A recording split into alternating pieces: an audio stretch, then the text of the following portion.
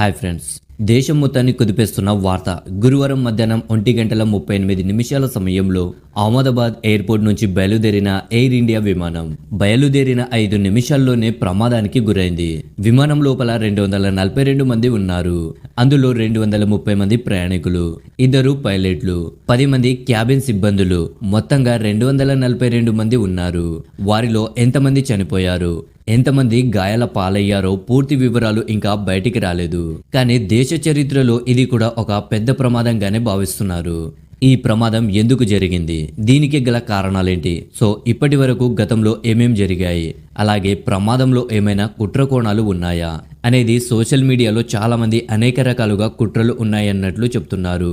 So overall గా మనకందిన details ఏంటంటే, విమానం air India Boeing 787 dream liner విమానం. ఈ విమానం సర్వీస్ నెంబర్ A1171 అహ్మదాబాద్ నుంచి లండన్ కు వెళ్తుంది.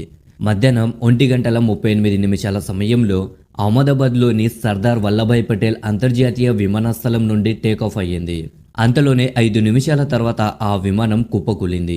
సో ఇందులో 242 మంది ఉన్నారు. అందులో 160 మంది భారతీయులు, 53 మంది బ్రిటిష్ పౌరులు, 7 పోర్చుగీస్ పౌరులు, 1 కెనడాకు సంబంధించిన పౌరుడు ఉన్నారని ఎయిర్ ఇండియా ఆఫీషియర్లు తెలియజేస్తున్నారు.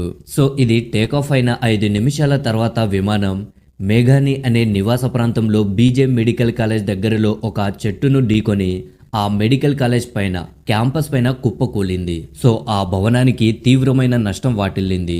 అలాగే పెద్ద విస్ఫోటనం జరిగి పెద్దగా అగ్ని ప్రమాదం జరిగింది.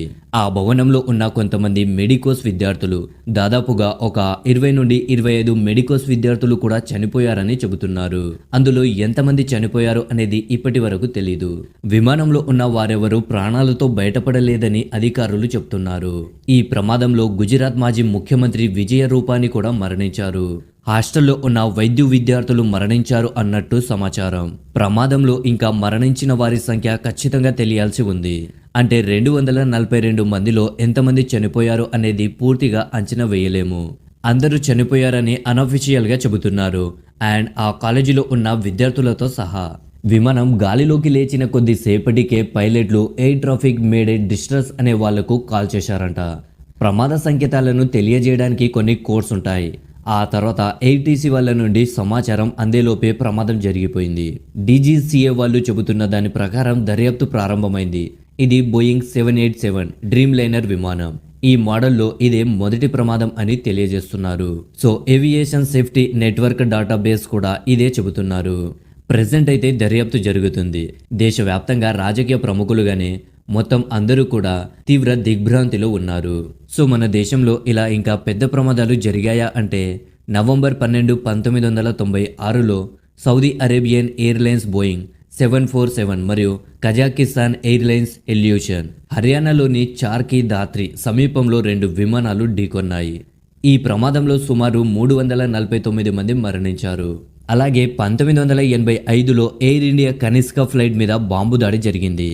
అది జూన్ 23, 1985. అప్పుడు 329 మంది మరణించారంట. అలాగే 1978లో జరిగిన 1వ తేదీన ఎయిర్ ఇండియా బోయింగ్ 747 విమానం ముంబై నుండి బయలుదేరిన కొద్దిసేపటికే అరేబియన్ మహాసముద్రంలో కూలిపోయింది. దీనివల్ల 213 మంది మరణించారు. అలాగే 2010లో మంగళూరు ఎయిర్ ఇండియా ఎక్స్ప్రెస్, అది 2010 మే 22వ తేదీన air India express Boeing 737800 Mangaluru అంతర్జాతీయ విమానాశ్రయం నుంచి దుబాయ్ నుంచి వస్తున్న విమానం ల్యాండింగ్ సమయంలో రన్వేను దాటి లోయలో పడిపోయింది. పైలట్ అలసట మరియు ల్యాండింగ్ అప్రోచ్లో లోపమున్న కారణంగా ఈ ప్రమాదం జరిగి 158 మంది మరణించారట. అలాగే 2020లో కోజికోడ్ ఎయిర్ ఇండియా ఎక్స్ప్రెస్ ప్రమాదం ఒకటి జరిగింది. ఇది దుబాయ్ నుంచి వందే భారత్ మిషన్లో భాగంగా వస్తున్న ఈ విమానం భారీ వర్షం కారణంగా టేబుల్ టాప్ రన్వేపై జారిపడి 30 అడుగుల లోతైన లోయలో పడి 2 ముక్కలుగా విడిపోయింది. ఈ విమానంలో 190 మంది ఉండగా 121 మంది మరణించారు. సో ఇది మన భారతదేశ చరిత్రలో జరిగిన పెద్ద ప్రమాదాలు. సో ఓవరాల్గా గురువారం జరిగిన ఈ ప్రమాదంలో సోషల్ మీడియాలో వస్తున్న కామెంట్స్ ఏంటంటే, పాకిస్తాన్ కుట్ర ఏదైనా ఉందేమో, ఆ కోణంలో దర్యాప్తు చేయాలి అని అంటున్నారు. సో ఫ్రెండ్స్, ఇది వాతావరణం కారణంగా జరిగిన ఘటననా, లేదా ఎవరిదైనా హస్తం ఉందా? మీరేమనుకుంటున్నారో కామెంట్స్లో తెలియజేయండి. అలాగే ఈ వీడియోని ఒక లైక్ చేయండి చాలు. Thank you friends, thank you for watching.